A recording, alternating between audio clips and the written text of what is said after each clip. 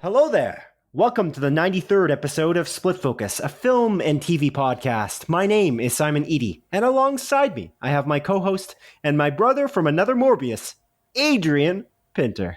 How does it go, sir? General Kenobi, it goes quite well. How art thou, my fellow Morbius? I'm doing Morbius, Adrian. I'm doing quite Morbius, in fact. Oh, dude, that's absolutely Morbius. I know. I'm so Morbius to hear that. Yes, I think we should stop because it's going to make no sense what we're saying to the audience listening. Or will it? I mean, to us, it perfectly made sense. I knew exactly what you were saying. Yeah. Yeah, I completely understand. understand. Mm-hmm. You know what else I understand, Simon? What? Will Smith being banned from the Oscars for the next 10 years. Yikes. Yeah. I don't want to talk too much about this because I feel like we've talked this situation to death over the past few episodes since the Oscars. But yeah, I feel like this is a nice way to just kind of put that cherry on top of our Sunday. You know what I'm saying, man? Know what I'm saying? Sure. It does feel like a long time to me, though, just to be clear. 10 years? Yeah. Yeah, he might be dead by then. Well, it's possible he's dead if it was 3 years, I guess. Yeah, I know. Yeah. If they chose 3 instead of 10. Definitely, but 10 years is longer, so I feel like the chance is higher. Yeah. It does seem like a long time. Doesn't it seem like a long time to you, though? It does. I think I think it's a pretty long time. But honestly, I wouldn't be surprised if he was banned for life. You literally committed assault on stage in front of millions of viewers. Yeah. So I honestly think 10 years is a fair number. Okay. But what about other people? I don't care. If you know what, they should go back in time and ban more people. Hell yeah, do it. Do it, Oscars. Do it, the Academy. But anyways, yeah, Will Smith being banned. Fair enough. Okay. I hope Jada still goes to the shows, though.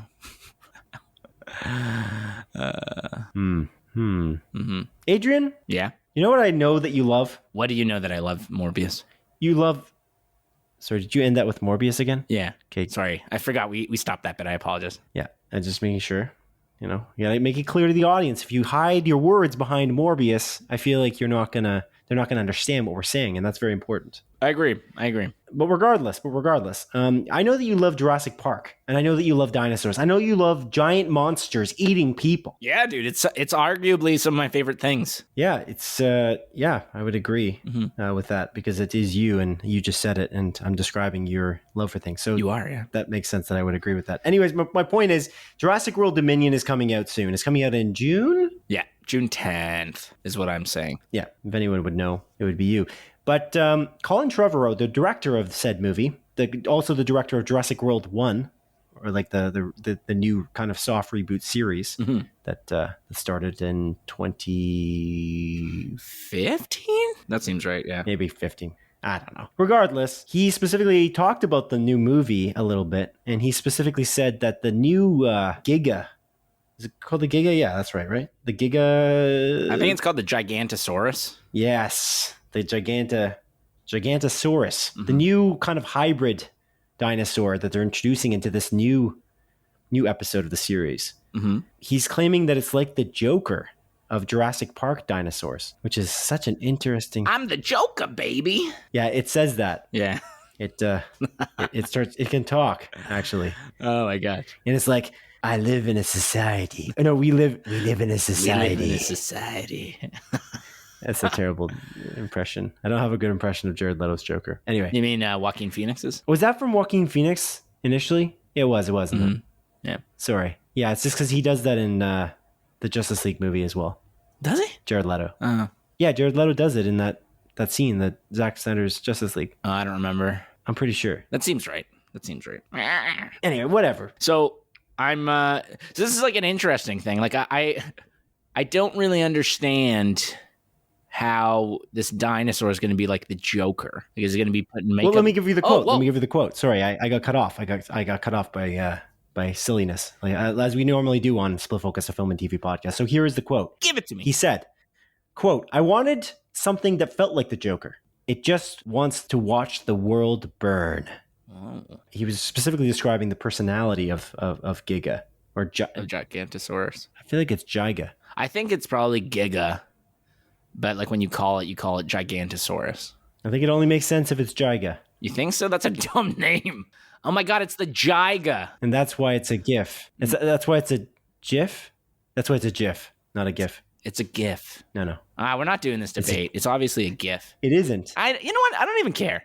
Just call it whatever the fuck you want. Okay, anyways, let's get back to the movies part of this podcast, which is the main focus. Okay. Okay, so yeah, so you think it's kind of ridiculous that he's calling it, that it's going to be like the Joker? Yeah. You don't trust Colin Trevorrow? Is that what you're saying? No, I trust Colin Trevorrow. I'm very excited for this movie. I just don't really see the connection, but maybe I will. Maybe I'm going to finish this movie and I'm going to be like, wow, I can't believe the Gigantosaurus went on a talk show with Robert De Niro? Yeah. Was that what sorry, were you trying to figure out his character's name or the actor who played him? The character's name. Because that was a long pause. Yeah, I was like, Robert, and I was like, no, that's the actor. And then I was like, I don't know the character's name. Why am I even trying? And then I just kept on like thinking about why I even tried, and then I didn't say anything. And I'm glad you got me out of this loop, Simon. I'm glad you got me out of this loop. But yeah, I just find this an odd comparison. But again, we won't know until we watch the movie. Yeah, I'm down. True. I'm down for the whole aspect that it just wants to watch the world burn. I want this Gigantosaurus to just fuck shit up, just like murder countless people, Simon. Yes. You know how much of a fan I am of that sort of stuff. Dinosaurs, monsters. Yeah, no, I know. We just talked about it. All this stuff. On what? I didn't know if you had to continue, and I felt like I was interrupting you. I put an in there just in case you were not going to continue. Mm-hmm. And I was like, okay, let's just put my little card in the, like it's like the little hand up in Zoom. Mm-hmm. Anyways, Trevorrow actually continued. This is like an Empire article from the like Empire magazine, and he also said, I feel like this is the quote that makes me most excited for this movie. I feel like, other than the fact that we of course are getting the main cast from Steven Spielberg's Jurassic Park back, which is a really, really cool thing, and I feel like it's going to be like a end game of Jurassic Park movies in some way, which I can respect and be excited for. But he also said, Colin Trevorrow said, quote, "It's an entirely new kind of movie," he promised. "It's the thing I've been waiting to do this whole time." I love that. Which I really appreciate, because he's describing it with specifically in mind the concept of the world kind of being invaded, which because that's how kind of Fallen Kingdom ends, like Jurassic World, Fallen Kingdom, it ends with these clone dinosaurs kind of going on the loose, and kind of taking over a little bit. I feel like that's an interesting concept, is that it's going to be very, very different from any of the Jurassic World movies we've ever seen in that way. I feel like there's a lot of ways it could go very wrong as well. That's what I was kind of figuring when they showed that at the end of Fallen Kingdom. I thought, there's so much that could go wrong here. But the fact that they brought back Colin Trevorrow, that kind of makes me kind of excited, because out of this series, that's certainly the rebooted series, out of the two movies we've seen, that he's certainly, I feel like his vision was a bit more intact for me.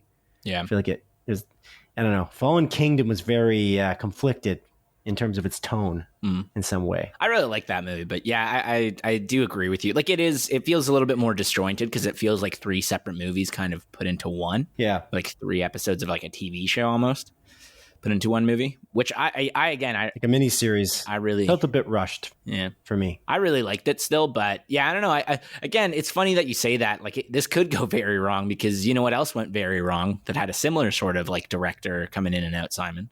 Star Wars trilogy. Yeah. Because Rise of Skywalker. Yeah, I know. Bad movie. Really bad movie. J.J. Abrams started its series off pretty well. Force Awakens is respectable, I think. And then he came in to close off the series after The Last Jedi, for me anyway, blew any of my expectations out of the water for what they could have done with that series. Same. And then the last episode was the worst Star Wars movie I've ever seen. I agree. The worst Star Wars thing I've ever seen. I agree. Games included that I've played as well. I agree. Yeah, not good. Yeah. Not good. I'm very excited for this though. But you know what else isn't good, Simon? Oh, what? Jared Leto's dumbass method acting bullshit. Well, I told you.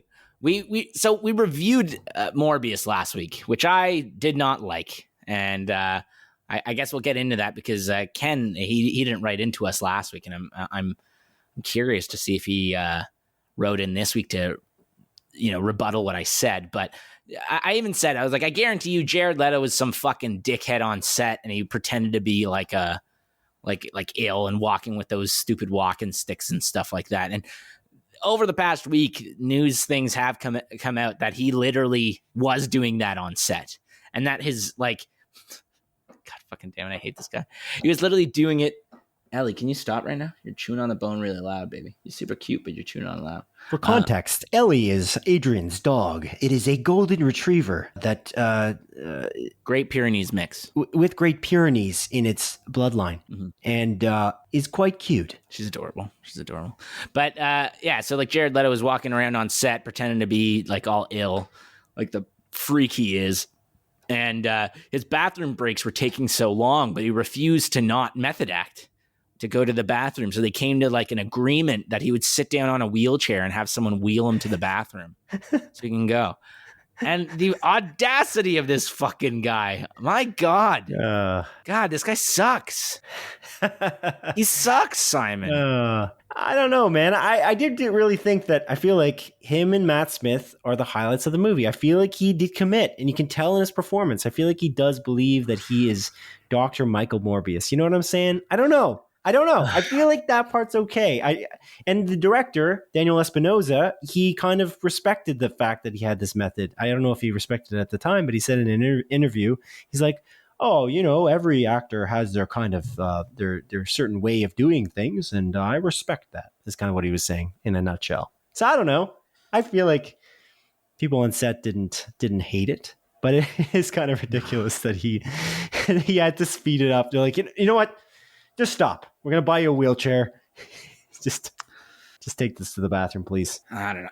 It's so fucking annoying, man. I always think about that Robert Pattinson quote from 2019 when he said I always say about people doing method acting, you only ever see people doing method when they're playing an asshole. You never see someone just being lovely to everyone going, I'm really deep in character. I always think about that. And it's just like, I'm curious if Jared Leto is ever going to play a nice person on screen and if he's going to act like a nice guy while he's method acting, or he's just going to be himself in that specific situation. Well, maybe we just hear about it because he's playing an asshole. So if you're being an asshole, as the character, you're going to be an asshole to the actors, and you'd hear about it more often, publicized. You know what I'm saying? Yeah. So I don't know. I guess. God damn, it's frustrating. And honestly, Simon, I still stand by it. I think Morbius is a bad movie. Yeah. Just one last thing to wrap up in this context here, to give some context as well. The crazy thing is that he actually was doing this even when he was playing, because Michael Morbius obviously gets superpowers, and he can he's kind of, and you see it in the trailer, he becomes all buff, and he is able to walk around normally. He was doing that anyway, he was still using the two crutches or using the wheelchair even while he was that type of character after the transformation as the character. I don't know if you read that part. But what? It's ridiculous. Why continue doing that if you're done shooting them? Because he's lived his whole life. Michael Morbius lived his whole life as this character, so he was trying to get into the zone of it. It didn't matter that he became now stronger. He wanted to still have the same mindset, the mindset of what Michael Morbius was about, and that pain of having to walk around like that was part of it. That's what he was going for. Anyway, I know you love Morbius. I know. I don't. Yeah. And audience, if you'd like to listen to what we think of the Morbius movie, you can do so because we launched in a closer look episode, which is a bonus episode of our podcast. And it's live now, so you can check it out if you'd like. But Adrian, it's time to reach into that mailbag for a moment here, shall we? We ask our listeners to write into us with comments, questions, and corrections by way of email to splitfocuspodcast@gmail.com. And Kenneth Stadelbauer wrote into us, and he said, "Hi, guys." Hi, Ken. Adrian. Oh, Ken? I beg to differ. But then I've always been a bit of a differ beggar. I liked Morbius better than both Venom movies and the last 4 X-Men titled flicks. Logan doesn't count. Yeah, I do wish Morbius was tied to the Marvel Cinematic Universe so it could benefit from the Kevin Feige touch, but it isn't. So it's just a tad more fun than the usual Sony superhero dross. I'm hoping for a director's cut with a disc release because the theatrical version looked to be lacking scenes. I'm striking the post-credits scene from my mind because they seem to be an afterthought created during one of the delays. Morbius is a character that works best when playing off another character like Spider-Man, much like Venom. If they plan on continuing villains / anti-heroes in solo movies, then you really need to do more world building first.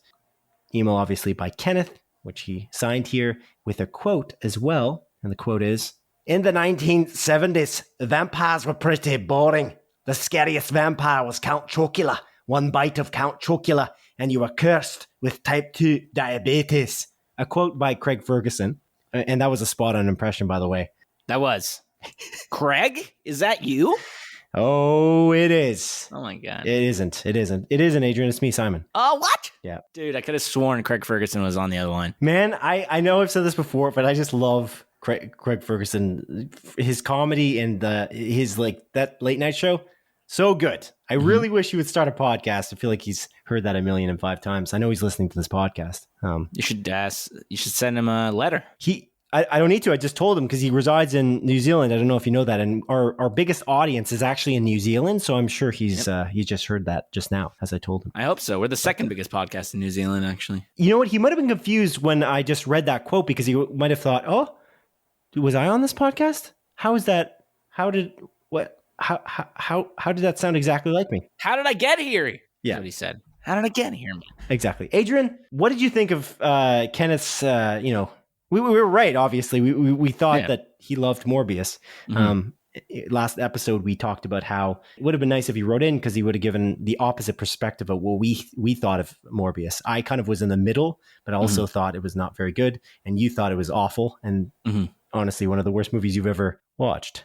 So in contrast, Ken is clearly saying that this Morbius movie is somehow better than X-Men Days of Future Past, X-Men Apocalypse, X-Men Dark Phoenix, and Wolverine. Either X-Men First Class or the Wolverine, because he did say last 4 X-Men titled flicks, so the Wolverine technically didn't have X-Men in the title. Oh yeah, good call. He's got to be talking about X-Men First Class, which out of that those four episodes, those 4 movies, I definitely thought that Days of Future Past is arguably one of my favorite X-Men movies. Yeah. It's very good. Yeah, it is. Ken. Yeah, Logan's the best. But Ken, I love you. I love you a lot, actually. I think you're one of the greatest people I've ever met in my goddamn life. But this opinion you have, I cannot in good conscience agree. I think your opinion that Morbius is better. Okay, you know what? Let me take a step back. You liked Morbius better, which is fine.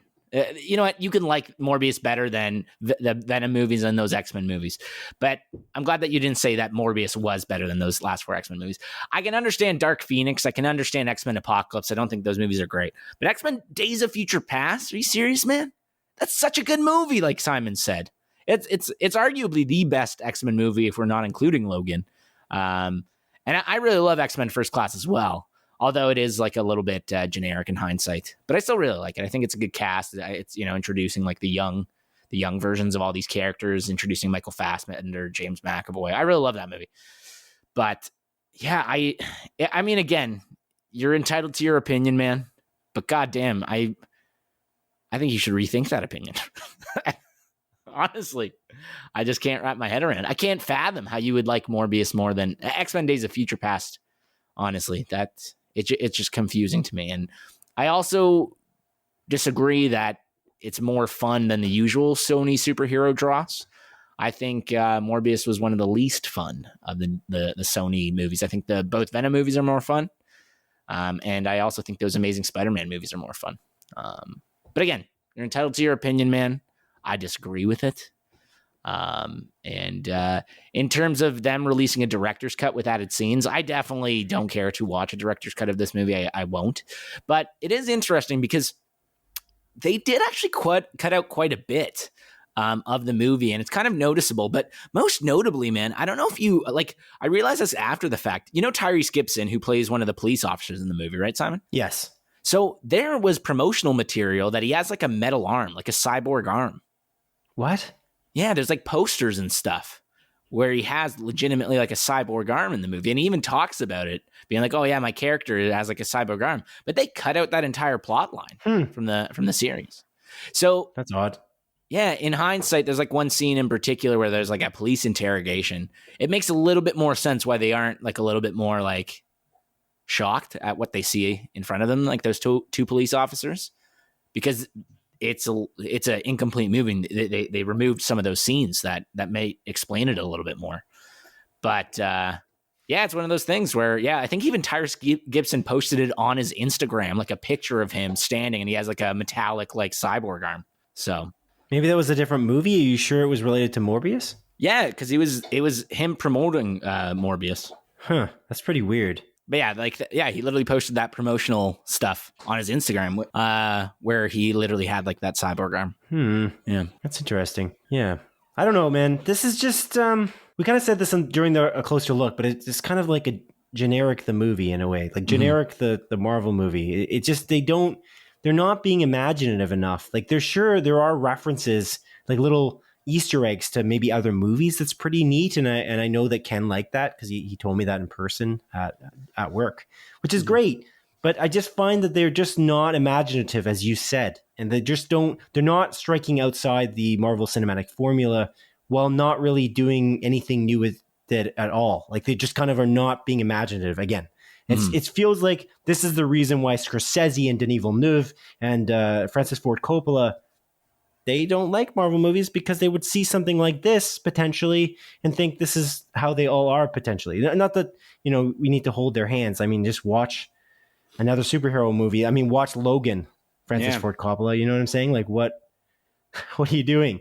Like, watch Endgame or Infinity War. You got to watch them back to back, I guess. Yeah, Roland Emmerich. Yeah, Roland Emmerich.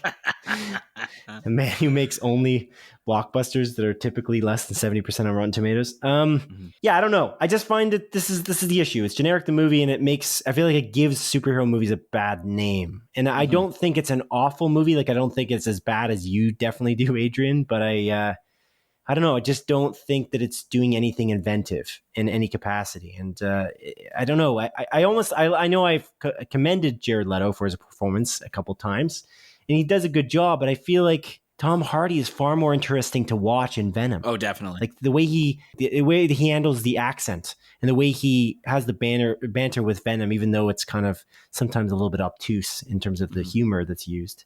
I just think that, I think it's again, both those movies are arguably a little bit better, but I get it. I mean, we're all entitled to our opinion. Do I think that Days of Future Past is anywhere somehow worse than this movie? There is no way. Jose. No, not even close.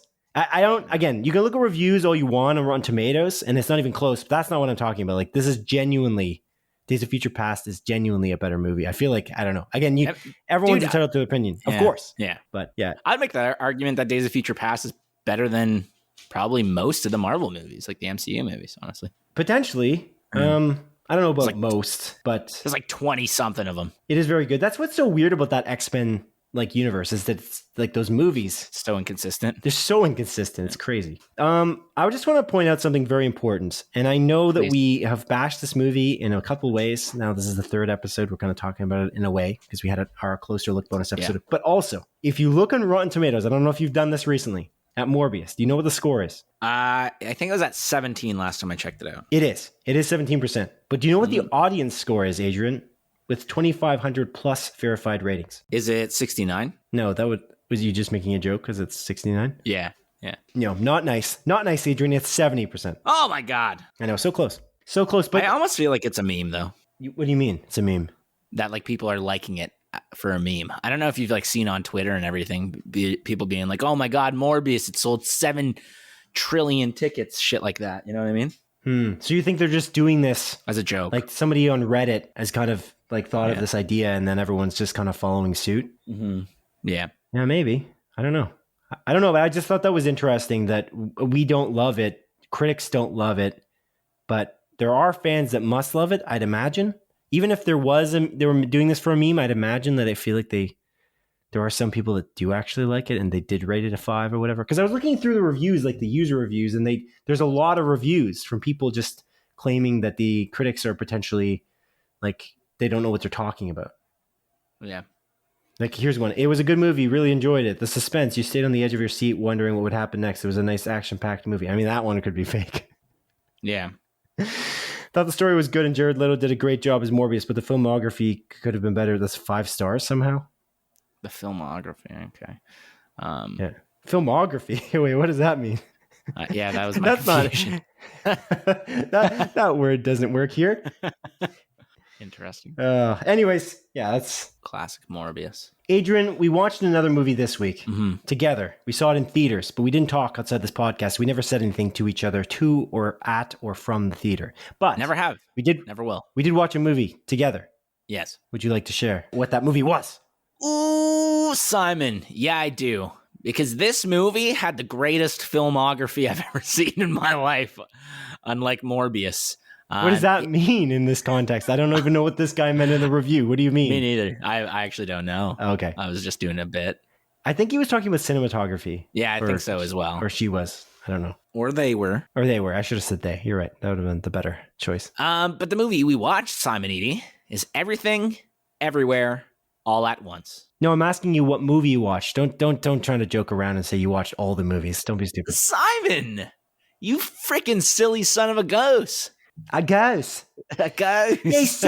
You silly son of a ghost. No. Yeah, you're right. Yeah, I know. I'm being stupid. We watched the movie Everything Everywhere All at Once, which I'm curious. Like, what did you think of it? I think this movie, Yes. Simon. Yes. Me? Is really, really yes. amazing. I really love this movie. Oh, okay. I thought this movie was how can I describe this? A wild ride. The definition of a roller coaster of emotions, especially closing out the movie. I think this movie is genuinely brilliant, and it is nothing like I have ever seen before.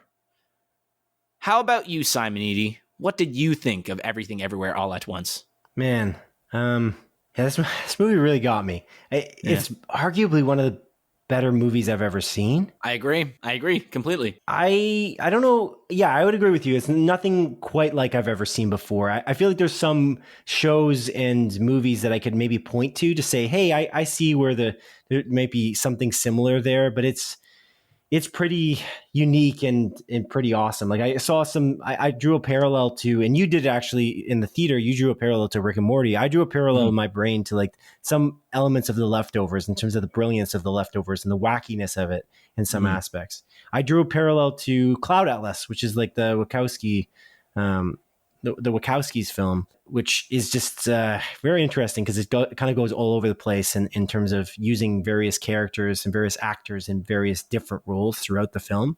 And it's very interesting in the way it's done. This movie is about basically a family who own a laundromat, and they are basically going to the IRS to file their taxes. And it's like the main character is played by Michelle Yeoh. Michelle Yeoh.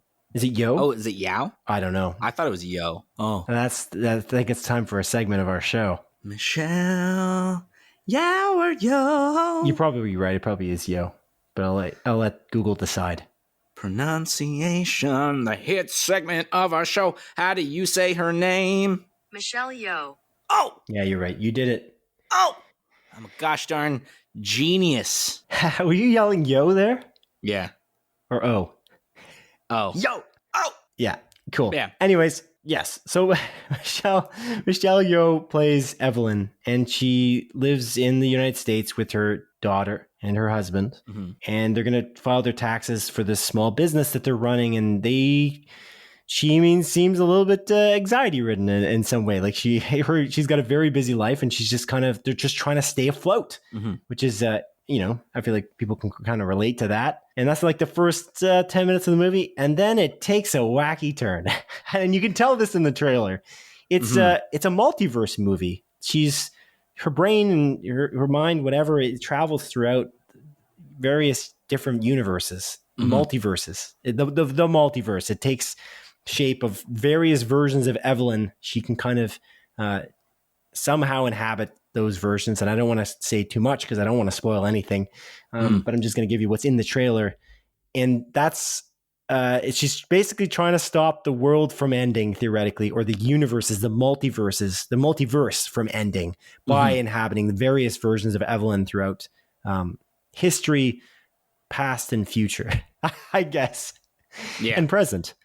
And It is a wild movie, and it's crazy the range of emotions that I was put through watching this. The amount of laughs, the amount of comedy in some of the scenes is unbelievable, and I think you would agree. Oh, 100%, man. I was laughing out loud, and very quickly I would almost like turn to tears and like kind of be scared at some points. Like, this movie is like a genre bending movie. I think all in all, it is like this, like crazy, like sci-fi science fiction multiverse movie, but it's also like a comedy and kind of a horror movie and kind of like a family drama sort of thing. Yeah, and it a is very heartfelt family drama, might I add, based on the fact that you just said tears, but I was just blubbering like a fool. I don't know if you noticed, but I was sniffling quite a bit next to you. I hugged you. I licked up the tears from your face. No, you didn't, because I just said I don't know if you noticed. Yeah, you didn't notice me doing that, but I was doing it. But yeah, no, I definitely cried too, man. And my girlfriend was with us as well, and she was like crying as well at multiple points throughout the movie. And it's so funny because, I was literally crying at one point and just immediately burst into laughter because of just the absurdity of this movie and how it just kind of doubles down on its absurd ideas and themes. And what I think this movie does brilliantly is it sets the rules of the multiverse fairly quickly, like within the first, 15, 20 minutes of the movie, right? And the rules, although a little bit confusing, all make sense. And this movie... Yes, I have that exactly in my notes. Somehow the movie makes sense despite its complexity, and I just don't understand how. Yeah, and it's very easy to follow along somehow, despite it literally, like, you're following multiple universes, sometimes at the exact same time. You're watching everything and everywhere all at once, like literally. Like, that's the name of the movie fits what the movie is. And yeah, somehow the Daniels, the two directors, knew how to balance it in a way that I was not confused at all. I was sitting in the movie theater being like, this is wild shit, but like, I understand everything that's happening. I understand why this stuff is happening and why these characters are here and dealing with this situation and that situation. And again, the rules were so brilliantly stated early on in the movie. And the way they explain those rules to the viewer was so well done that I was just enveloped after that point. And again, I was just along for this roller coaster ride, man. And yeah, it's fucking so good. It is so good. And the performances from Michelle Yeoh, obviously, but the gentleman that plays her husband, I'm going to butcher this name and I apologize, Ki Hui Kwan, who plays Waymond Wang, is amazing. And I don't want to say like stole the show because I think every single actor in this movie did such a great job. And I loved everything that they were in, but his character in particular was just wonderful, like wonderful. He was so amazing. Mm-hmm. He's so amazing. I just want to mention too, the action in this. It's like an action comedy drama horror all in one. Horror, I would say a little less. I know you kind of drew attention to horror. I can see where you might be thinking that, but it's like the elements of each one of those, except for maybe the horror part, the genres are completely nailed. It's so crazy. The action sequences, the fight choreography, and some of the fight some of the scenes is just so ridiculous. Like, it's so well done, especially with Waymond Wang, actually. And it's crazy. And especially, of course, Michelle Yeoh, who does an incredible job in so many of the scenes. It's a martial arts movie, but it's not really at all. It's so strange. But I want to point out, actually, Ki Hui, I'm butchering his name as well. I apologize. Ki Hui Kwan. This is the craziest thing. I did not know this when I watched this movie. And he made a comeback, basically, to Hollywood. He apparently was inspired to come back to Hollywood because of Crazy Rich Asians. He said in an interview recently, which I find interesting. But he's a Vietnamese actor who, for me, is best known for Indiana Jones and the Temple of Doom, which I find is the most amazing thing ever.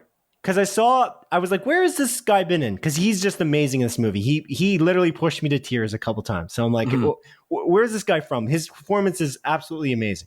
And it's Temple of Doom. I'm like, Temple of Doom. And I'm like, are you serious? This guy is Short Round. I could not believe it. Holy fuck. He's in the Goonies as well. He's Data from the Goonies. Yes. What? So he took a break after that. And Short Round, like, I don't know. I kind of love that character, Indiana Jones. I feel like he did a really good job, but he was a kid. He's a child. It's like, I don't know. I didn't recognize him at all because it's like, I don't know, 30 years later, 40, I don't know how many, 40 years later. It's nuts. And he's just so good in this. This movie completely exceeded my expectations in every capacity. Yeah. And the amount of, I think what that gentleman was trying to say about Morbius was cinematography as opposed to filmography. The amount of varying cinematography within this film is so good. It's so crazy because there's so many different genres that they have to kind of balance that.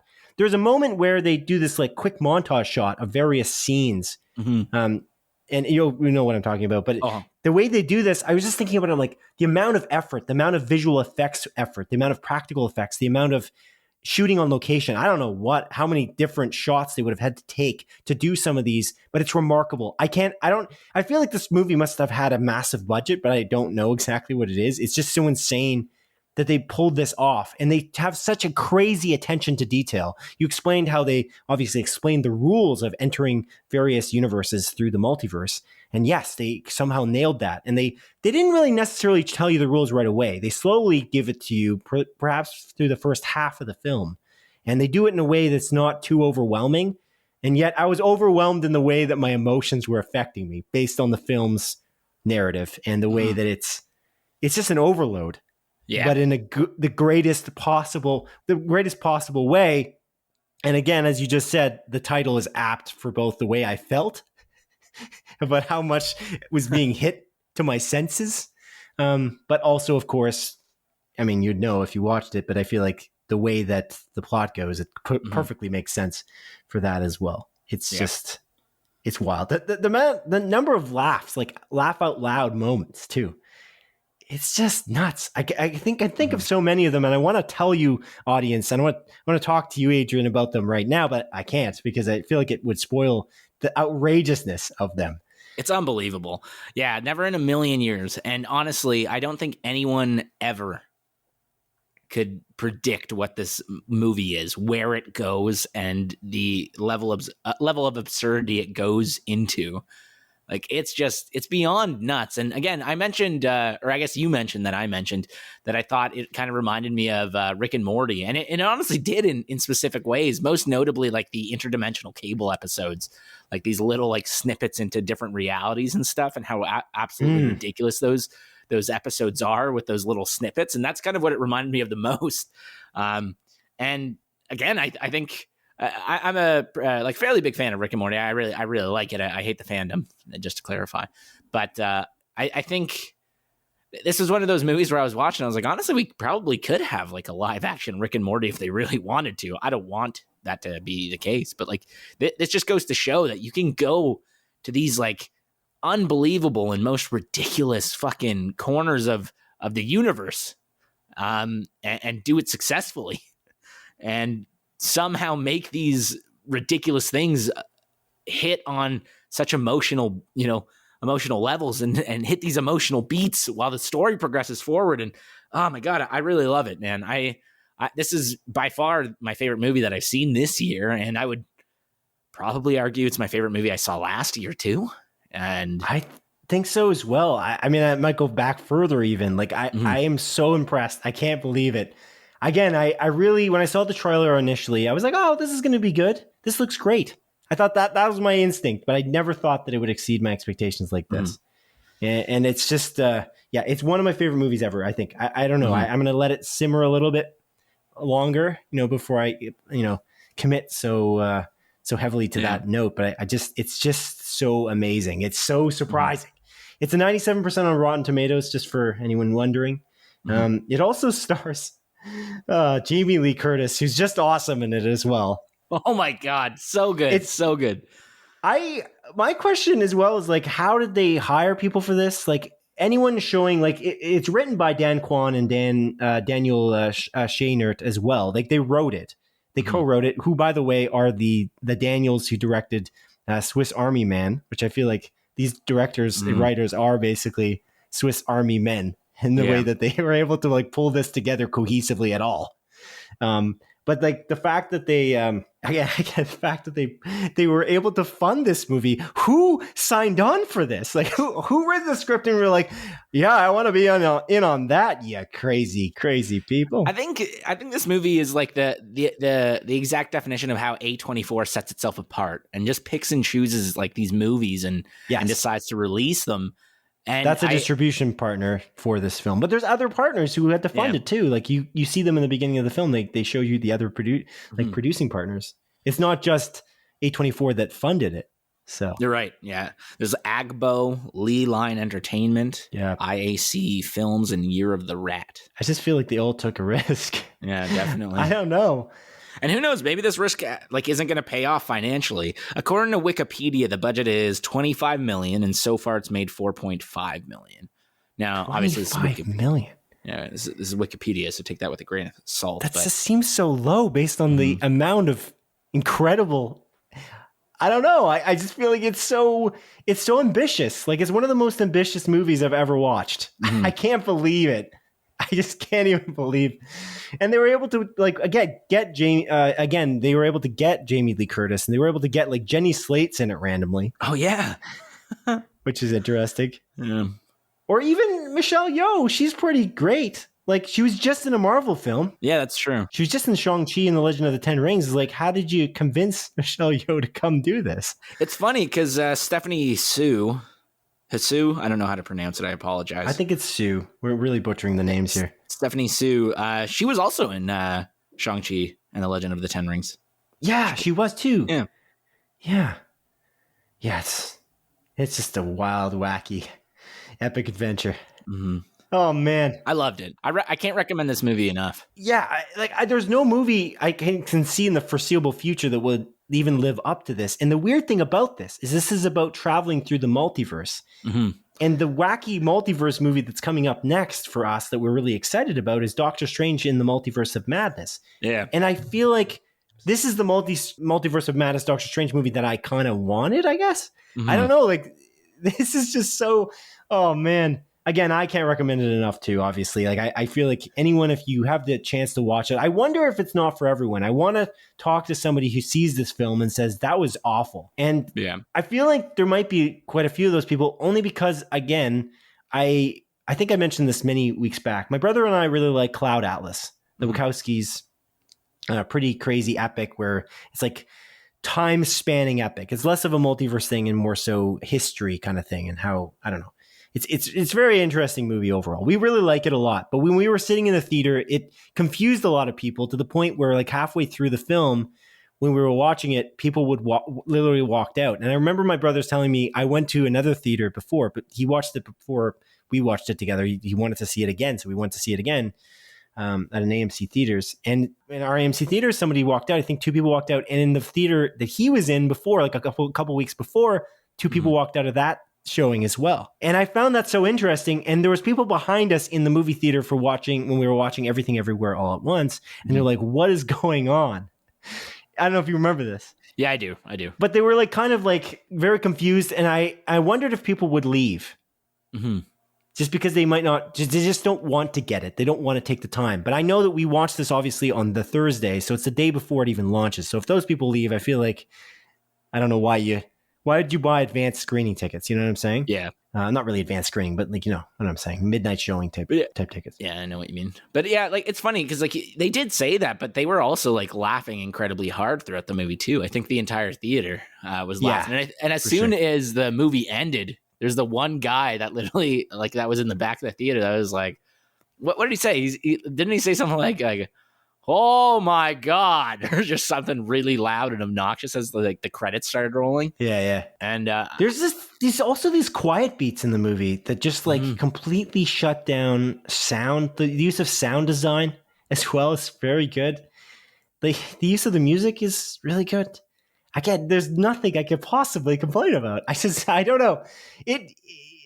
it just made me giddy coming out of the theater after that. I was actually in a pretty rotten mood coming to the theater. I don't know if you noticed that, but we don't talk outside this podcast, so you probably didn't. No, we don't. So I didn't, unfortunately. I was not having the greatest time that day. That was probably the worst day of that week for me. And so when I left, I was like, man, this is just something that I just didn't see coming. And there's like a moral of the story at the end too. There's multiple messages as well that I just didn't see them delivering based on what the movie is in terms of its substance. So I don't know. I just think it's just, again, masterful that you could cohesively tell an audience a message after watching some of the most outrageous scenes you've ever watched in a movie ever. Mm-hmm. Yeah, man, they're flashing through my brain right now. Some of these scenes while I talk. Anyway, I digress. I'm not really digressing, but I'm talking way too long about this very same subject. So maybe we should move on. Adrian, did you watch anything else? Yeah, Simon. So I watched the second episode of Moon Knight.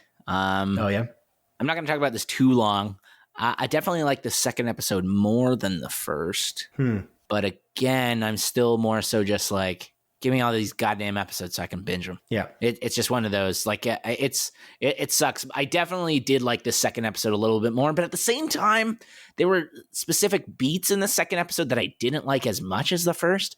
And I don't know, like, there's something about the show that I really, really want to love it, but I don't.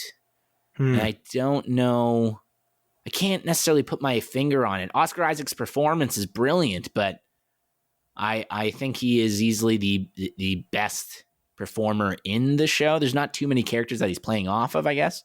Ethan Hawke's fairly interesting, but I don't know. I really want to love this show. I want it to be, I want to just, be like, oh, this show's fucking awesome.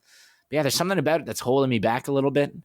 And I really just want to watch all of it and be able to make up my mind when it's all said and done. But I don't know. What did you think of this week's episode, if you want to add on a little bit? Yeah, just briefly, I liked it. And I don't know your criticisms. I don't understand. Other than the CG being bad in the first episode, which, I've heard that now from quite a few people. Mm-hmm. I just didn't notice it. I guess I give things a pass in some way when it comes to CG being kind of a little bit, rough cut, which is, again, very weird for Disney because Disney's got so much money. So how the heck do they fail on the CG, like the visual effects? But other than that, I don't see any problem with it. I think that Oscar Isaac's amazing. I think that the Ethan Hawke, Oscar Isaac dynamic is very interesting. I feel like it's a mystery show. Mm-hmm. We're just kind of discovering things as we go along. And I really like the approach of the way they're treating this dissociative identity disorder. Mm-hmm. And it's different than I've seen before. Yeah. And that's kind of the interesting thing. I feel like it's giving a fair shake to the various personalities that you don't see often. Because there's many movies I can kind of point, or shows that I can point out, that usually one of the personalities is really potentially more of the enemy. Mm-hmm. Or the villain, or like a more violent, or something's like amiss. Like you don't really want to love both or multiple of the personalities. And I think that this is trying to give a fair shake for both sides. It's kind of an interesting thing. I just saw Oscar Isaac on Stephen Colbert, and he was talking about that very thing. He was mentioning other movies that kind of deal with this and how they don't necessarily give both personalities that kind of fair shake. And I don't know. I really appreciate that. I appreciate it. And I feel like the second episode, with its more action heavy sequences, did a really good job. And I don't see your criticisms that much. I'm not sure what there isn't to like. The only thing I'm wary about, because I have been I'm always wary about this, is the ending. I don't know that Marvel will nail the ending, because they seem to just sell you on the show. And then by the time they get to the end, it's like a business proposition. Like, well, we already have you. We don't really have to end it well. And that's something that I think might happen for the final episode, is we might get something that's disappointing by the end of the sixth episode. Like the finale will be like, oh, I knew it. You know what I'm saying? Yeah, like I do agree with you. Like I think the way the personalities interact with one another is very well done. And yeah, like I do like the extra like action heavy nature of this this second episode. And honestly, it feels darker. There's like a scene with Moon Knight breaking like a window, I guess. Or sorry, like a mirror. My apologies. And he literally says, like, it sounds like "leave me the fuck alone" or something like that. But I think like they cut the fuck out with like him smashing the mirror. So like it feels darker. It feels more in line with those like Netflix Marvel shows as well. It is still, to be clear though, it is still the 14A, which is all of the Marvel shows. Yeah. Which we didn't talk about last week, but it's the same as Captain Falcon and the Winter Guy. So like it's the same rating as that show. It's the same rating as WandaVision, the same rating as Loki. So it's not Daredevil's TVMA. Yeah. Which, I mean, I would have preferred. Me too. That, but I think they're doing a good job just like towing that line. I think Kevin Feige even said that like the show is going to kind of toe that line. So, and honestly, like when I think about it, like Captain Falcon and the Winter Man, there were some pretty brutal scenes. There's essentially like a decapitation in that show. So yeah, they don't quite show any of it though. Yeah. But yeah, there ain't no fucking door in a car door sort of thing. Yeah, that was a head in a car door. Sorry. That was not a door in a car door. Serious decapitation. Yeah, within like a few episodes of Daredevil, there's some pretty gruesome scenes, specifically with human heads. So I love human heads. But yeah, I like it more. I just don't love it. I hope to. Okay. I hope to as the series progresses.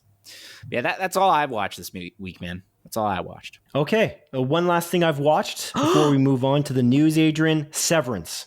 I watched the finale of Severance. All 9 episodes. And Adrian, this is a damn good show. Wow. I just feel like I'm a lucky guy this week. I just feel like I've watched some amazing content. Severance and Everything Everywhere All at Once are both so incredible. I mean, I wouldn't put them necessarily right up against each other because Everything Everywhere All at Once is like something I've never seen before. Mm-hmm. But Severance, you got to see it. You got to watch the show. It's so good. It's a perfect mystery workplace drama. It's got an incredible cast. It's written by Dan Erickson, and this guy knows what he's writing. He knows what he's show running for sure. That finale was one of the better finales for a season that I've seen in a while. It actually, I feel like this show, especially because of how well this season ended, I feel like it reminds me a lot of Westworld season 1 in that way. Oh. And the way that it's just this perfect blend of science fiction and mystery and great acting. And it's just so brilliant. Oh my God, it's so good. Apple TV, man. Apple TV Plus is hitting its stride with content. It's really getting some incredible content by some incredible creators, and it really shows with Severance. Again, 97% on Rotten Tomatoes, which is the same score as Everything Everywhere All at Once. Mm-hmm. Simon, would you make the proclamation that Severance is the best show on Apple TV? I don't know. I really love Ted Lasso. There's like nothing I've ever watched as positive or as optimistic as Ted Lasso as a comedy. I would argue that Severance is certainly the best drama. Like so far, I mean, we don't know how it ends.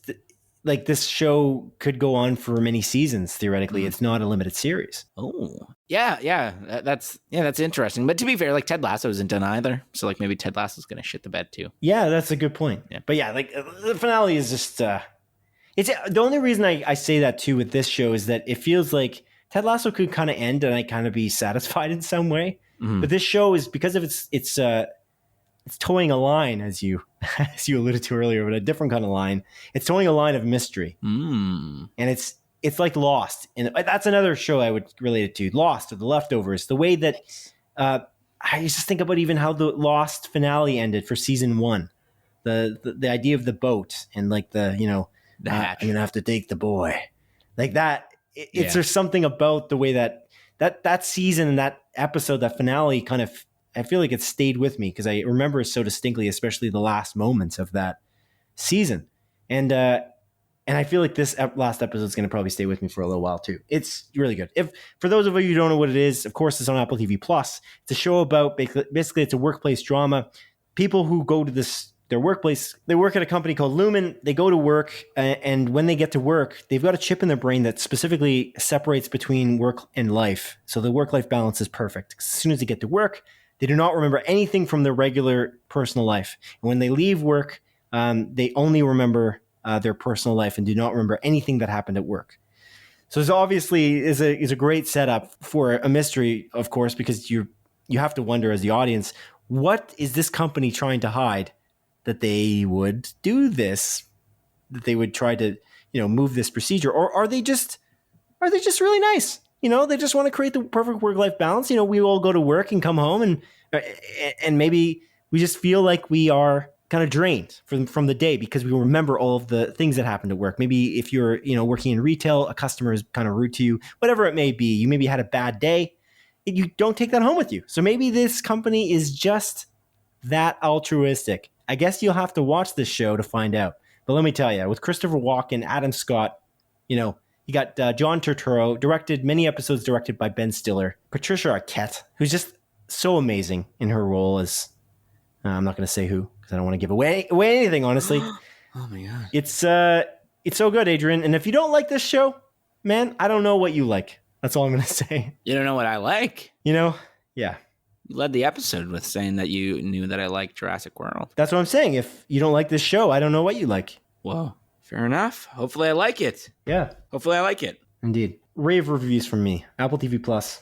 They're heading it out of the park. Actually, you know what? I'll just say it. Oh, okay. So far, this is the best show on Apple TV Plus, in my opinion. Oh my God. He's saying it, folks. I love Ted Lasso, but I feel like this is incredibly well executed. And you know what? I don't know. Maybe I'm jumping ahead too far. We'll see. Maybe I'll change my mind next week. I'll be like, oh, Ted Lasso is one of the greatest comedies I've ever watched. Anyway. You might. Yeah. I don't know either, dude. I don't know. Let's move on to the news, shall we? Okay, yeah, sure. Let's begin with this. Yeah, you don't get to do that. Let's begin with a small collection of more focused stories that have been particularly pertinent this week. Number one. I did do that. So I just want to say I did do that. Are you talking over me talking?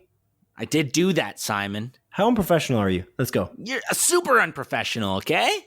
Look me in the goddamn eyes. So I already knew the answer. That was a rhetorical question. Rhetorical. You know what a rhetorical question is? I'm going to FaceTime you right now so you can look me in the eyes. No, don't FaceTime me. That's incredibly unprofessional. Unprofessional is my middle name. I actually don't have a middle name. Do you have a middle name? No, yeah, you do. You got Simon Dennis Eady. I don't have a middle name. Did you just ask me that? It was quick. I forgot briefly. This guy doesn't know me at all. This guy audience, he doesn't know me at all. We've been doing this podcast for 93 episodes.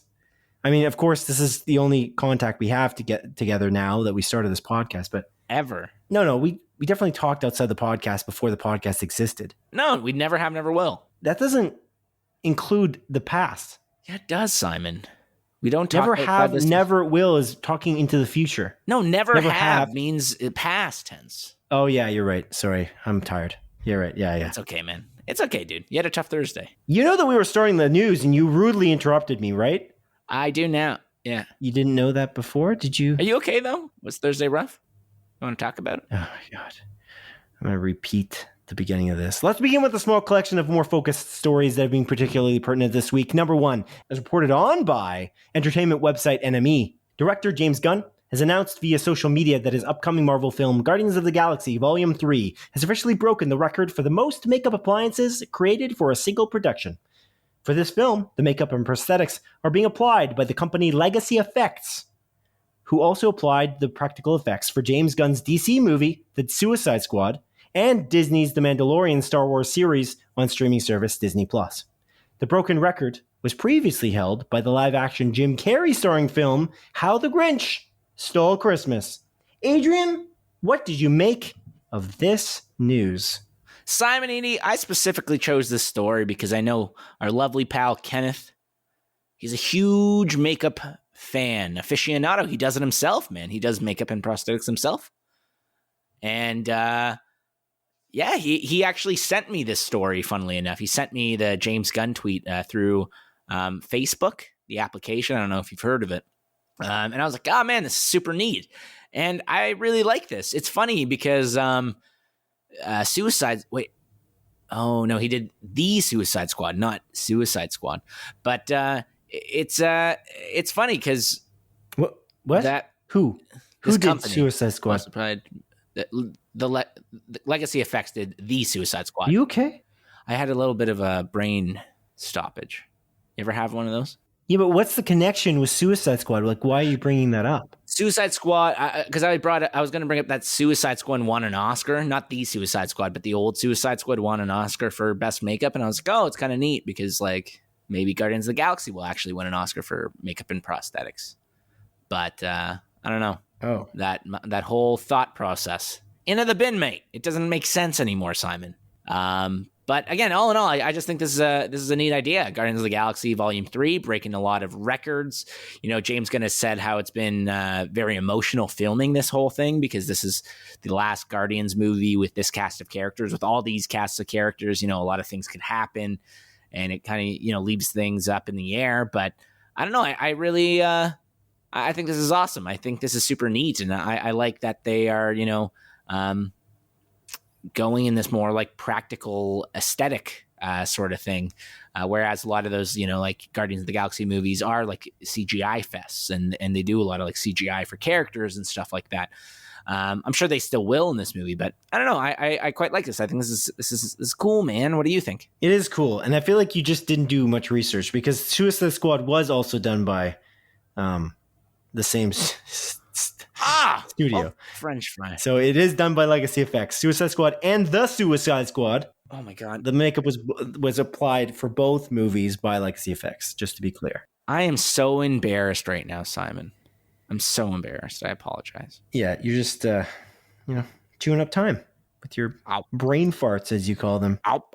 Brain stoppage. This is brain stoppage. I know what you're doing, though, Adrian. I know what you're doing. You're razzing hard. You're like going after Ken's favorite movie of all time, Morbius. And as a result, you're just decided that you're going to choose this story out of the blue to say, hey, Ken, I'm sorry. Here's this really cool story about James Gunn's Guardians of the Galaxy Volume 3. So you're saying specifically to do with prosthetics and makeup, which he loves. So you're saying I'm essentially doing this as an apology to Ken. I think so. Yeah. You might be right. I think so. It seems like that. Although you apologized to Ken and then also just dissed Morbius even more in the previous segments. Mm-hmm. But hey.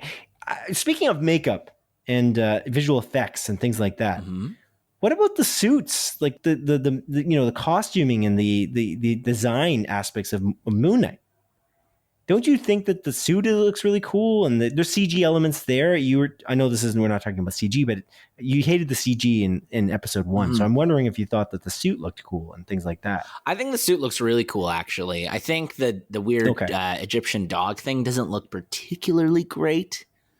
Right. But it's not as bad as Resident Evil, Kill the Justice League or whatever it's called. Yeah, no, definitely not as bad as the CGI in Resident Evil eyeball monster. Welcome to Village Town. Yeah. Good movie, though. Right. Better than Morbius. No, not a great movie, but it's an okay movie. Yeah. For sure. Anyways, yeah, that's it's cool. I'm excited to see this Guardians of the Galaxy movie. It's there's a lot of who's in Whoville. So, yeah. So to break that record, it's going to be interesting. We're also getting the Guardians of the Galaxy Christmas special this year, isn't it? It's like a Christmas. Yeah, that's at the end of the year. Yeah. Pretty sure. And they're doing a Halloween special this year, too, I thought, too. Isn't it like Werewolf? What? Are they? Aren't they doing a Halloween special this year, too, Marvel? Guardians of the Galaxy? No, not Guardians, just Marvel in general, sorry. Oh, are they? I thought so. Marvel. Maybe. Halloween special. They're kind of keeping things pretty coy, I find. And I think they're doing that because they're not really sure about the pandemic. I think they're kind of playing things a bit more by ear because they're announcing things pretty late. Like we got the Marvel's Moon Knight announcement, like the release date, I feel like in January. So like they're kind of waiting. They're playing things pretty close to the chest, which is apparently maybe wise. The untitled Marvel Halloween special this is according to Wikipedia, so take this with a grain of salt, is scheduled for release October 2022. And Michael Giacchino. Oh, Giacchino is actually the director. Michael Giacchino. Yeah. The composer. Yeah, that's what I said. You also didn't say that. You said his name wrong. Agree to disagree. And to be clear about my confusion, I don't think Michael Giacchino has ever directed anything as big as this. He's a world-renowned composer at this point. I mean, he composed the score for Up and The Batman and Lost. He's so good. He's amazing. But this is kind of... Really? Yeah. Is it maybe a mistake? Where are you reading this? It might be. Wikipedia, so I said take this with a grain of salt. Oh, I see. Wikipedia. Okay, cool. I'm curious to see what that is. Me 3. Okay. Number 2. As followed by the publication, The Hollywood Reporter, producers Robert Downey Jr. and Susan Downey are looking to produce 2 Detective Sherlock Holmes-based series for Warner Brothers streaming service HBO Max. The 2 projects are both in early development from Team Downey, and it is currently unknown whether Robert Downey Jr. is also looking to star as Sherlock Holmes, as he did in director Guy Ritchie's 2 Sherlock Holmes films, which also starred actor Jude Law as Sherlock Holmes' sidekick, Dr. John Watson. It is important to note that a 3rd Sherlock Holmes film starring Downey Jr. and set to be directed by Rocketman director Dexter Fletcher was initially greenlit with a projected release date of holiday 2020, but has since been delayed indefinitely. Adrian, what do you make of your second chosen story of the week? Simon, you know what I think? I think this is kind of cool. I like that HBO Max is kind of going in the direction of just making these like movie franchises that they were doing into TV shows or possibly miniseries. And I like that as an idea. At the very least, in the sense that it's like expanding a universe. And I quite liked actually that Robert Downey Jr. like Sherlock Holmes movie. I want to say I watched the second one as well, but I don't really remember it as well as the first one. But I remember really liking that first one. And the one thing that I'm kind of curious about, because I think this is supposed to be set in that same universe as that Robert Downey Jr., Jude Law, like those movies, if they're going to reprise their roles, because I would really like that. I would like to see, Robert Downey Jr. and Jude Law in a TV show. I know Jude Law has had a few TV shows here and there, but I can't really think of Robert Downey Jr. doing a TV show, at least not since, joining the MCU and all that jazz. So I'm cautiously optimistic about this, and I hope that they can bring it in. Because again, what they're doing with like the Penguin series at HBO Max, like they're bringing in Colin Farrell. You know what I mean? So they obviously have the money for it and understand what they need to do for that series at least. So I don't know. I hope they do bring those 2 actors in, and I hope this is actually pretty damn great. What do you think, man? It's pretty cool. It's pretty early in development, so I'm kind of curious if this might get scrapped in some way. Like, it feels like when they announced the Gotham PD show a little bit too early. I don't know, this isn't even announced, actually. It was just kind of reported on by the Hollywood Reporter, I think. So I don't know. It's interesting. I'm curious about it, certainly. Yeah, I'm wondering how it's gonna go. I know Robert Downey Jr. is interested in making that film with Dexter Fletcher. I know that that's still something that he cares about a lot, so I feel like he's going to make that happen. He hasn't been in a movie since Doolittle. Yeah. Which was right after Avengers Endgame in 2020. It came out right after. So I'm curious. Which was apparently not good. Yeah. I never watched it. Doesn't look good, though. Isn't there a dragon or some shit in it? Is there? Do they go up like a dragon's butt or something? That I'm not aware of. I feel like I've seen... at my place of work on like one of the TVs, they show like some scenes from that movie, and I swear to God, I saw them like climbing into a dragon's butt. Okay, but I don't know for sure. He is gonna be an Oppenheimer though, like the Christopher Nolan movie from Universal Pictures. So that's cool. But that's 2023, or it's at least planned for a 2023 release date. So I don't know. I don't know. I'm interested enough because I like the Sherlock Holmes movies as well. I feel like they're nice and quirky, like most Guy Ritchie movies. And it's funny, you said that you only remember the first Sherlock Holmes movie, and I feel like I also mostly remember the first one. I do remember that Moriarty was the main villain in the second one, though. That part was pretty memorable to me. And great actor, Jared Harris, plays Moriarty, who's an incredible part in Morbius. Wow, he just stole the... Oh, he was such a Morbius in that movie, dude. He's just Morbiusing about. So, yeah, he was such a Morbius. Yeah, he stole the Morbius. Oh, dude. He Morbius the Morbius, man. Yeah, it's... Wow. Really well used as an actor in that. They really utilized him well. He's a great actor, by the way. So good. And he was very good in... as I feel like he was pretty good as Moriarty, but he's definitely like I feel like the most memorable roles that I know him from is Mad Men and Chernobyl. So he's no stranger to TV shows. So if anyone's going to be on a TV show, maybe it's Jared Harris. So for the record, do you think Robert Downey Jr. and Jude Law are going to be in these shows? I would hope so. Do you think that's true, or you're just kind of speculating? I'm just kind of curious based on what you read, because I couldn't grasp it. It seems like it's so early days. there's nothing really to show. I don't think they're attached as producers, I believe, or Robert Downey Jr., his production company, is attached as producers to this.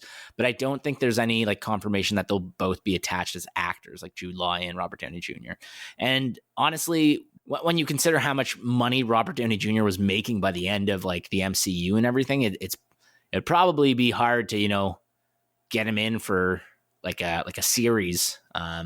It would probably be very costly. But at the same time, if he loves this universe so much and the project so much, maybe he'll be willing to, not get paid an exorbitant amount of money to take part in this. But yeah, I'm mostly speculating. The thing that puzzles me most is why are there two? It's like, just start with one. Yeah. I just don't get why you would even... These must be two pretty good ideas if you're looking to like expand on these two ideas. Just pick one. That's what's most puzzling to me is like, I would like him to star in one of these, but I feel like if there's already two, it's like, is one of these like a game show or something? Like, I don't understand. It's like that, we talked about it last week, but there's that, James Bond. The Amazon's James Bond, reality series. It's like 8 episodes and going to be on Amazon Prime Video. Like why? They can maybe have a good idea because apparently it's been in the works for like 4 years prior to Amazon buying MGM.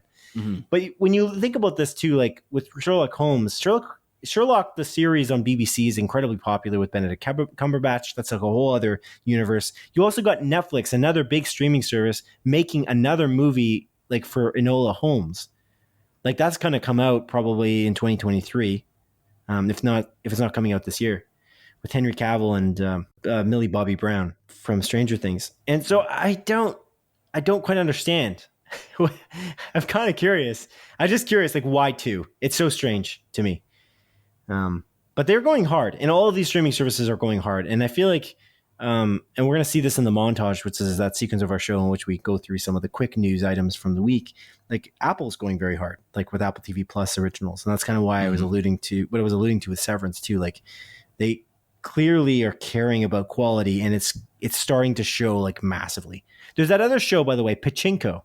Did you hear about that show?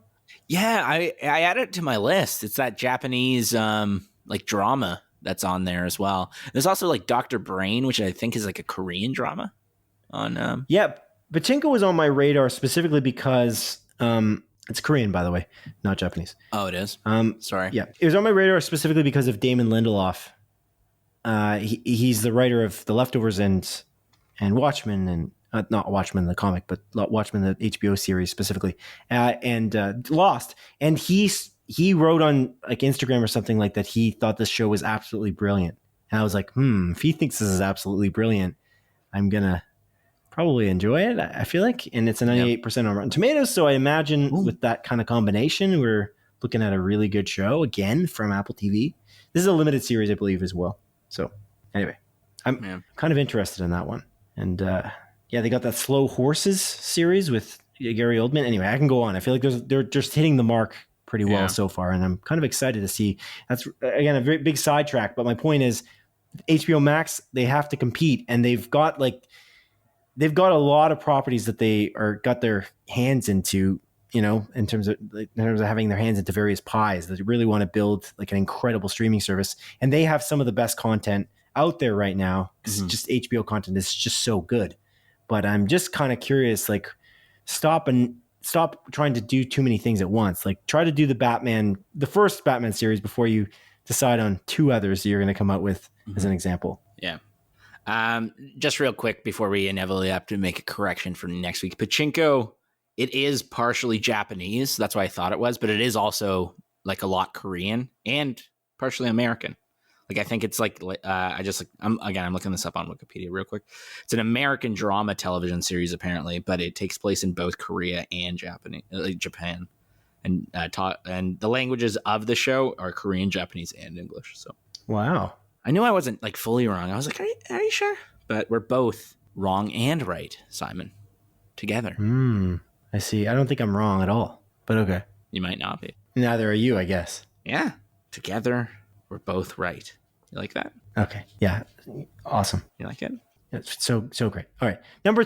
Story number 3. According to The Hollywood Reporter, Spider-Man Into the Spider-Verse co-director Peter Ramsey has been hired on as one of the directors for the Disney Plus Star Wars Ahsoka TV series, starring the Mandalorian actress Rosario Dawson.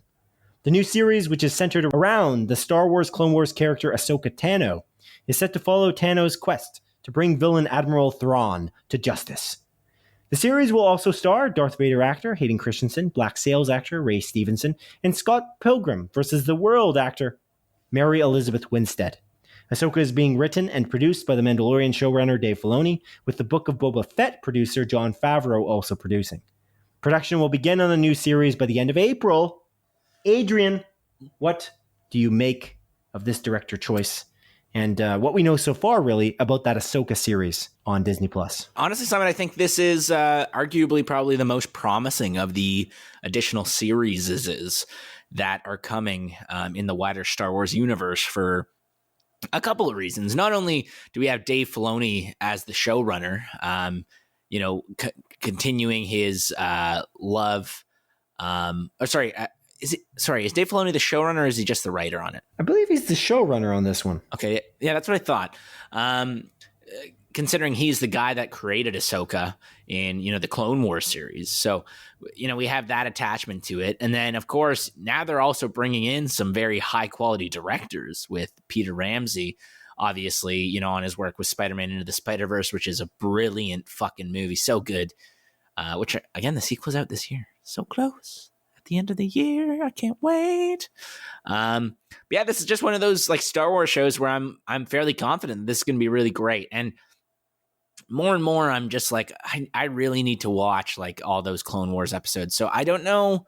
I know, again, I think I mentioned this before. Online, there's like a timeline of like the necessary episodes to watch where they cut out all the filler and all like the not too important episodes, and it kind of is like an abridged version to watch the series. I'm tempted to kind of go through that because I don't know if I want to commit, to like 5-6 seasons of like 22 episodes, all of that sort of stuff, when I can just see like the specific arcs that are important that I imagine will have a lot to do and will be referenced a lot in this Ahsoka series. What do you think, man? It's interesting. I feel like the biggest pull for me is the fact that this is the first non-animated series that Dave Filoni is legitimately show running. Oh. And that's the most interesting thing, at least in the Star Wars universe, from my understanding. Because obviously he show ran the Clone Wars, which you just mentioned. But he was a big part of The Mandalorian, but it's really the Jon Favreau show in a lot of ways. And so was Book of Boba Fett. Although Filoni did help, and he was a big part of, I feel like, The Mandalorian in like large ways. He even directed an episode or two. Mm-hmm. But yeah, it's quite interesting because I'm so curious what he can do.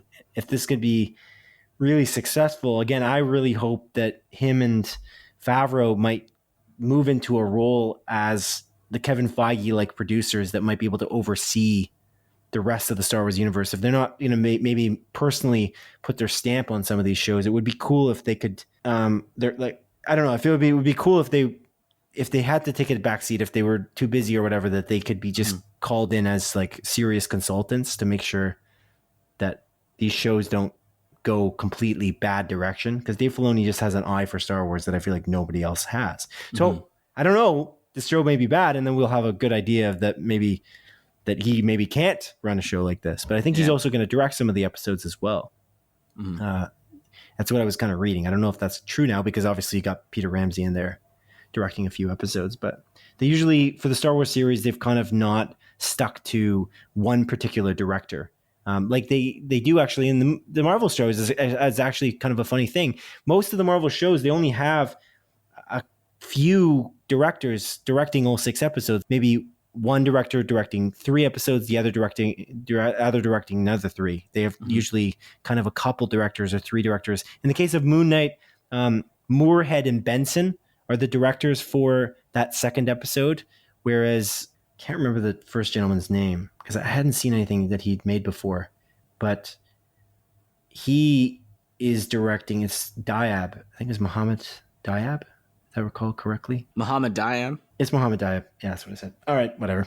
I looked it up for naught. But anyways, yes, he's directing, I think, a lot of the episodes. Moorhead and Benson, who are, they made some pretty interesting indie films, I believe. They are directed 2 of the episodes, and one of them was 2, and I think the other one was 4.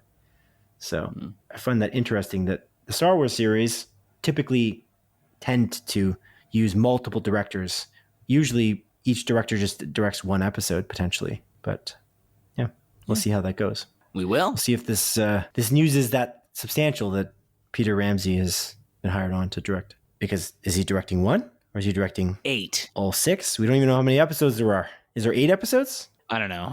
Unknown. Also, I think that it's very poetic that we have showrunner Dave Filoni, who's only really showran an animated series that's very beloved, and we also have Peter Ramsey, who's beloved for directing an animated movie that was Oscar nominated and won an Oscar. So you got like a team of animated movie pros that are, or animated TV series, animated content pros that are coming in to make this series, which is pretty neat. It's interesting. It's very interesting. I hope they can do it. Me too. Now onto the montage, the sequence of our show in which I briefly present the week's smaller news stories as Adrian delivers a brisk verdict. Number 1, as reported by publication Variety, C actor Jason Momoa is set to star and produce an 8-episode Apple TV Plus original series about the colonization of Hawaii called Chief of War. Oh, okay. Let's check it out. Number 2, as publication Deadline reports, production has begun on the 3rd season of Netflix's Henry Cavill starring medieval fantasy series The Witcher. That's cool, man. I still have yet to watch it. Number 3, as reported by Variety, the original cast of Star Trek The Next Generation is being brought back for a reunion on the Patrick Stewart starring 3rd season of Star Trek Picard. In other words, actors LeVar Burton, Michael Dorn, Jonathan Frakes, Gates McFadden, Marina Sirtis, and Brent Spiner have all been cast in the show's final season. That's pretty cool for Star Trek fans. I am not one of those, though. Number 4, as tech website The Verge has reported, workplace drama mystery series Severance has been renewed for a 2nd season over on streaming service Apple TV+. Simon, this is what you alluded to. Number 5, as Variety reports, due to the recently completed merger between Warner Media and Discovery, the Warner Media top executives Ann Sarnoff and Jason Kilar have each stepped down from their roles at the company, with Discovery CEO David Zaslav set to head up the resulting Warner Media Discovery media conglomerate. It's interesting. I don't know why I would have assumed that the Warner Media portion would have been more important than the Discovery portion, but I guess I'm wrong. Number 6, as followed by The Hollywood Reporter, HBO has renewed the Adam McKay-produced basketball biopic TV series Winning Time: The Rise of the Lakers Dynasty for a 2nd season. I honestly didn't even know this show started airing. Number 7, as Variety has reported, Indiana Jones actor Harrison Ford has been cast alongside I Love You Man and Winning Time actor Jason Segel in Apple's upcoming Apple TV Plus comedy series Shrinking. The new series is about a psychiatrist who starts to tell his clients the honest truth about what he actually thinks of them. That seems like a cool premise and 2 great people attached to it. Number 8, as reported by Variety, network CBS has renewed the Shamar Moore starring cop drama SWAT for a 6th season. That's crazy. I can't wait to watch the 6th season of SWAT. Oh, I didn't know you watched SWAT. I didn't. Number 9, as Deadline has reported, Better Call Saul star Bob Odenkirk has been cast as a college English department chairman at a poorly funded college for network AMC's TV series adaptation for author Richard Russo's novel Straight Man. Nice. I'm glad to see Bob Odenkirk jumping onto something new right after Better Call Saul. We already know he's jumping into something new with David Cross, remember? Oh yeah, good call. Oh, your memory. Never fails. Sure. Number 10, as Variety reports, AMC has just greenlit a sequel TV series for the Tatiana Maslany starring drama series Orphan Black. The new season is meant to be 10 episodes, air in the year 2023, and be called Orphan Black Echoes. Oh my god. Tatiana Maslany is She-Hulk. And that concludes the montage. Yeah, montage. Yep. Adrian, what do we have for me? What do we have for me today? Simon, I got new releases for you, and I'm going to keep this brief for a couple reasons. Reason 1, there's not too many movies coming out. Reason 2, I have to go into the bathroom. Oh. So, this is for the week of April 11th to April 17th. The first movie is coming out on Tuesday, April 12th, bruv. Sorry, I'm sorry to interrupt. Do you have to go? Because if you have to go now, you can go. Is this number 2 we're talking here? Like, did you eat No, bad, it's number 1. bad Chipotle or? Oh, no, I had really good food. So I went to an Easter dinner tonight. That's why we're recording late. I didn't even mention this. Thanks for accommodating a later recording session, Simon. Because I went to an Easter dinner that is happening a week before Easter because of things. I don't really know the reasoning, but delicious food. I ate a lot of food. It was super, super good. It was at my godmother's house. Wonderful human being. She made some delicious food, including some Kata Georgieva schnitzel. Do you know what Kata Georgieva schnitzel is? You do know what Kata Georgieva schnitzel is. The name before the schnitzel part, kind of foreign to me. Other than that, it's that, I know what schnitzel is, yes. Remember when we went to that Serbian restaurant in Waterloo? In Kitchener? Yeah. And there's that tube of meat with the cheese in it. That's the best way to put it. The schnitzel. Oh, yeah. Okay. That's Kata Georgieva. That's true. I understand. It's one of my favorite foods, if not my favorite food. That was a good meal. I really enjoyed that. That was a fantastic time. I feel like we should do that again. We should. But it's kind of tough because we don't talk outside this podcast, so it's kind of a very antisocial gathering. It's almost like the Avengers at the end of Avengers going to eat shawarma. Shawarma, yeah. I love shawarma. I haven't had shawarma in like 2 months, which is crazy. But we could go. We'll bring our girlfriends. They can talk. We can just stare at each other in silence. It'd be a great time. And we can talk to them, and they can pass messages across. That's true. Just write written messages. Yeah. Across so that we can at least have some kind of conversation, but very, very disjointed. Like that scene in Drive My Car. What? Like the scene in Drive My Car where they were like talking to each other, but they're talking to each other in different languages, and one person's like translating back and forth, but it's just like we talk to the It's not kind of, but it's different. That was too obvious, though. You got to make it really subtle because we got to make sure we don't break that barrier of talking outside this podcast. It's very important for the authenticity of this podcast, Adrian. It's true. You have to understand. Anyway, sorry I interrupted you. You got to go pee or poo or one of those. So I have to make sure that you can continue. What? I got to puke, Simon. Do you? Yeah. Is that number 3? That's a number 3. I don't know why do we always talk about fecal matter on this podcast? It's a triple. Yeah. It's when you come, shit, and puke at the same time. Okay. What the hell? That's from the Misfits. Yeah. You ever watch the show The Misfits? Like Misfits? It's a British I have not. series. No. It's super great. It's about like these like misfits. They're like doing community service and they all get superpowers.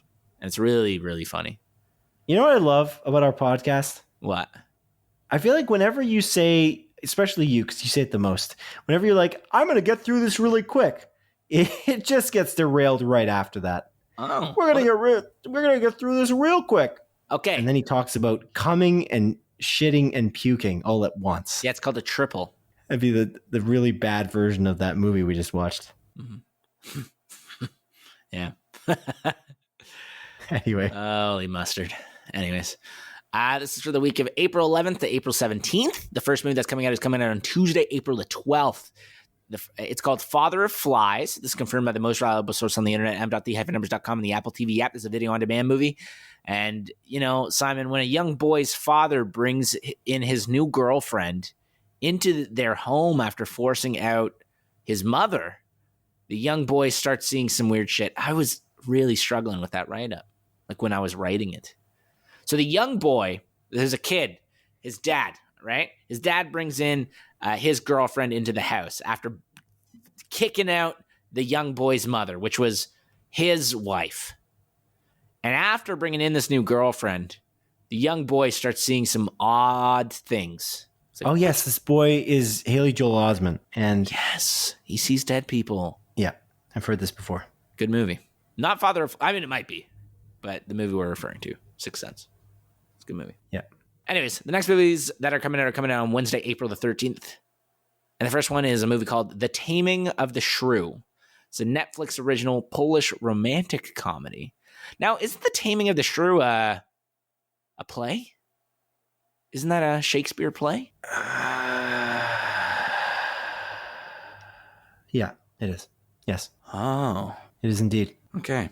Cool. Cool beans. Anyways, up next is a movie called Today We Fix the World. This is a Netflix original Argentinian comedy, Simon. Cool. And then another movie that's coming out on Wednesday, which is odd because this is a theatrical release confirmed by Cineplex. It's a movie called Father Stew. It's about Mark Wahlberg that becomes a pastor. It's because Friday's a holiday. Oh, it's Good Friday. You're right. Yeah. Although it doesn't make sense because there's a bunch of movies still also coming out on Friday. Mm-hmm. So I don't have an explanation. I've seen this trailer a couple times. I don't know about you. I haven't seen the trailer at all. I've just seen the poster. You know what it is? No. It's because I have YouTube with ads. That's why. Dude, I sent you just to join my family for YouTube Premium. I feel too bad about that, man. You pay $18 a month. I have an extra spot. You let me use your Disney Plus. Disney Plus doesn't cost $18 a month, which is the craziest thing about the fact that you pay for YouTube Premium and it's $18 a month. You've let me use your Disney Plus for 2 years. I know. I just feel bad about it. Look, it's a work in progress. So in about a year and a half, we'll break even. I'm thinking about it. Year and a half, we'll break even. I'm thinking about it. Just fucking join it, dude. I don't know. The invitation's going to lapse in 3 days or 4 days. Look, I appreciate the generosity, but... Just accept it, Simon. I have room. Oh, jeez. Relax. I can't tell you this outside this podcast. I got to demand you accept it while we're recording. Whoa. Relax. Come on. It's a $3,000 suit. Come on. Anyways, the next movies that are coming out on Friday, April 15th. Yes. And the first... Okay, go on.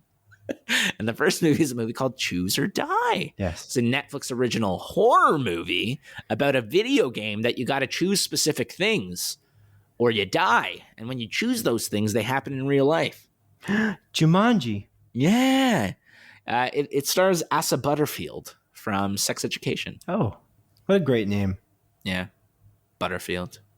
He also auditioned to be MCU Spider-Man. Fun fact. Really? Yeah. There's I think a video of him online where he's real. But I remember he was one of the people up and running. Anyways, not important. To continue, there's a movie called To Olivia that's coming out. That's confirmed by Movie Insider on the Apple TV app. This is a video on demand movie, and it takes place in 1962 and follows Roald Dahl and his wife that deal with the loss of their daughter. Roald Dahl is he made a bunch of those books, right? Those kids' books. What? What a weird way to describe that. Yeah. He did a bunch of those books, right? Just want to make sure. Yeah, he wrote Willy Wonka, right? Willy Wonka. Yeah, I think Roald Dahl. He was also a spy, an ace fighter pilot, a chocolate historian, and a medical inventor. He's a chocolate historian. That makes sense with the Charlie and the Chocolate Factory reference, or book. But I thought that Roald Dahl's whole the rights for the books was all picked up by Netflix. This isn't about his books. This is about him. That's so weird, though, isn't it? Mm-hmm. Yeah, I agree. Well, who is making this movie? I don't know. Let me find out for you, okay? I'm going to find this out for you. Okay. Or maybe it was before the deal. Wasn't he an anti-Semite and stuff? What? Wasn't there a bunch of stuff that he was anti-Semitic and everything like that? Or am I wrong? Where did you get that? The internet, Simon.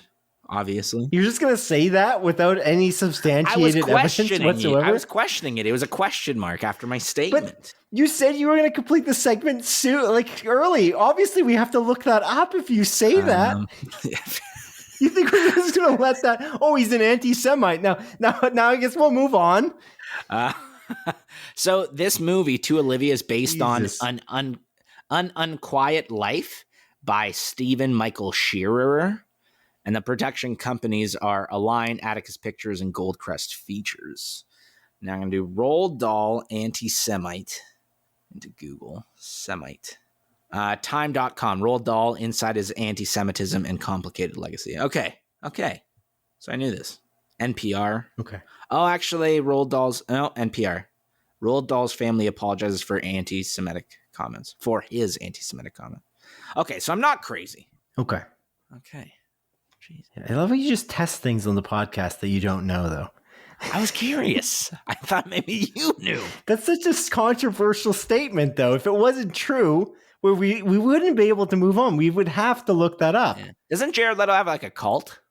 Do you know that? Pretty sure Jared Leto has a cult. That's not as controversial. Are you trying to test me again? But is that what you're doing? Jared Leto he does have a cult following, certainly, because he's got a pretty Jared Leto cult. I once worked with a guy who said that his mom would go to the ends of the earth for Jared Leto. For Jared Leto. Yeah.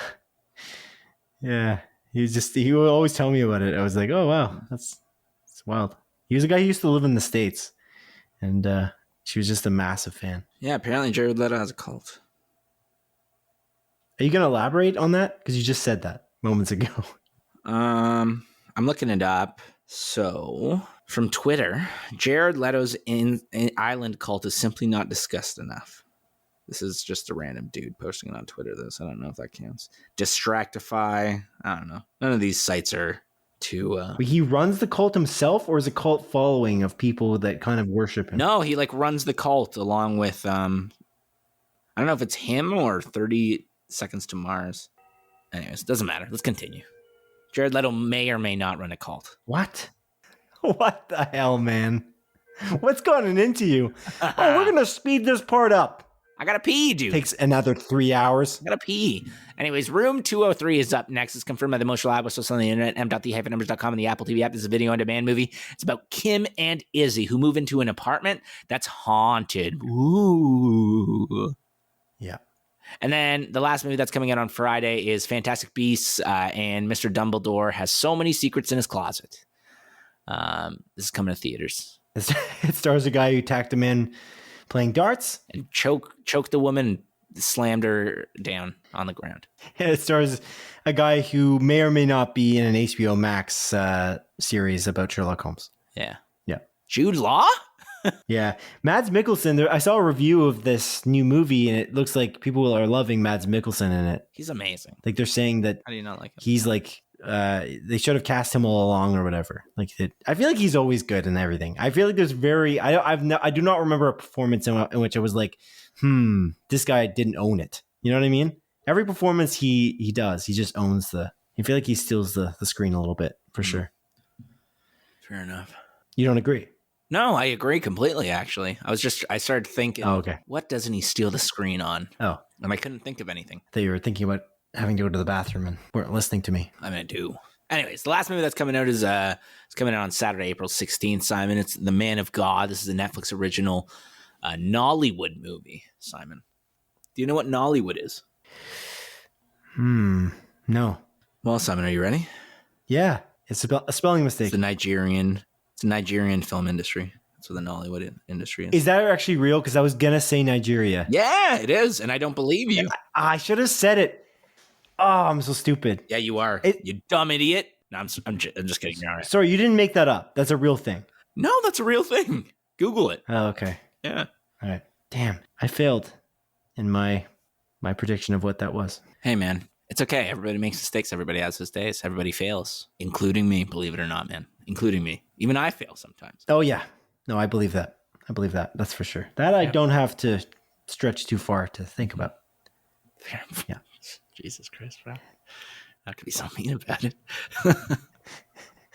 Oh, good times. We have a good time on this podcast, don't we? Yeah, I do actually. You're the reason I come here every week. I hope so. Because I mean, it's probably not for Jimmy. Because I feel like our sound and video technician. I don't think you're a big fan of that guy. Fuck that guy, man. Jimmy, good old Jimmy, eh? Mm-hmm. You get along with Jimmy a little bit, or at least you get along with Jimmy's dog. Oh, dude, I love Jimmy's dog, Gertrude. What a great dog. Yeah, Gertrude. Yeah. It's a West Highland Terrier. Yeah. Yeah. West Highland Terriers are cute, I must say. They're adorable, yeah. Little stumpy legs, you know? Yeah, Gertrude. Good times. It's a good dog. Adrian, I feel like I fear you might go in your pants, so I'm gonna wrap this guy up. Oh, I already did, yeah. Do you have anything else to say before we move on? Before we wrap the podcast up? Do you have anything to say to the audience specifically? All I have to say is that you can review us on 2 podcast streaming services, and that is Apple Podcasts and Spotify. You might be able to review us on more, but I don't know.